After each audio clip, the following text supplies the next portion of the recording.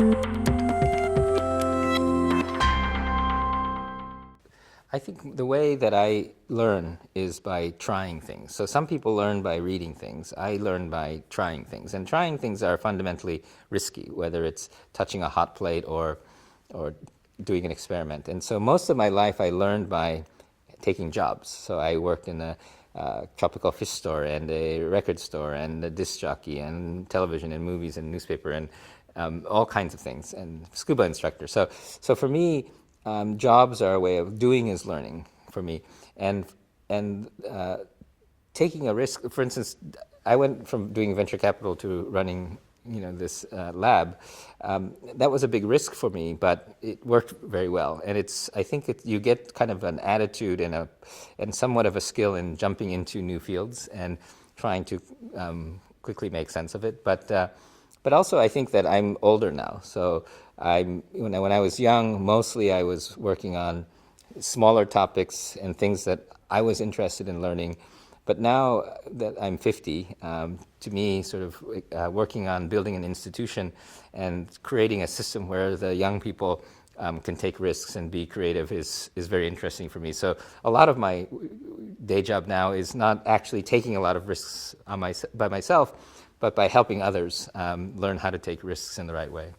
It's one kind of innovation. I think it's an important kind of innovation, and I think that the freedom to think and have your peripheral vision and to not be constrained by anxiety or your job or your parents. I think that's very important to get passion, and I think passion is important for innovation. And but I think some people need to keep the trains running. Some people need to innovate in incremental ways. So there's different kinds of innovation, and I think the problem is that the world has been focused on more financially motivated, somewhat straightforward innovation, incremental innovation.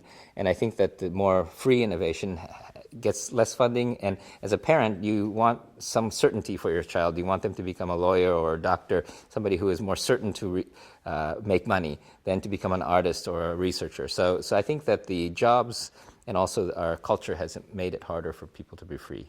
So crazy ideas are important. I think but you have to be responsible. So I think that crazy ideas before you have a wife or a husband or a house or a mortgage, it's easier because if you fail, you can still go back and live with your parents or live with your friends.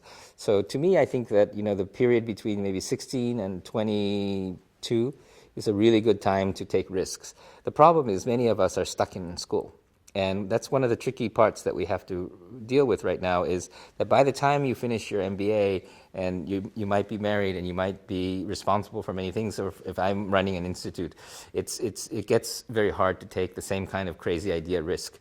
We can nurture it. So I think that we need to figure out how to let younger people have more responsibility as well, because you can take risks, but if you don't have any resources, you can't really try something, right? It just becomes a piece of paper. So in a lot of countries, Japan is really like this, where you have to be quite old before they give you responsibility. So another piece is giving younger people more responsibility in organizations. I definitely think that if you're young, a key thing is to experience many things. So summer jobs, visiting other countries, and a lot of your work is about the people.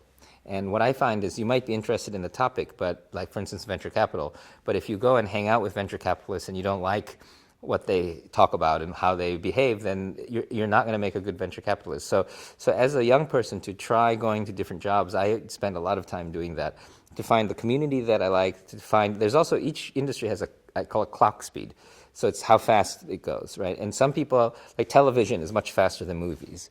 And so even if you're a creative director, you might be much more excited by the speed of a live news show, or you might like the 2-month, location shooting of a movie. And I think even that is something that you don't know until you experience. So I think also taking a year off between college and high school, or just in the middle of high school, I think that's very important.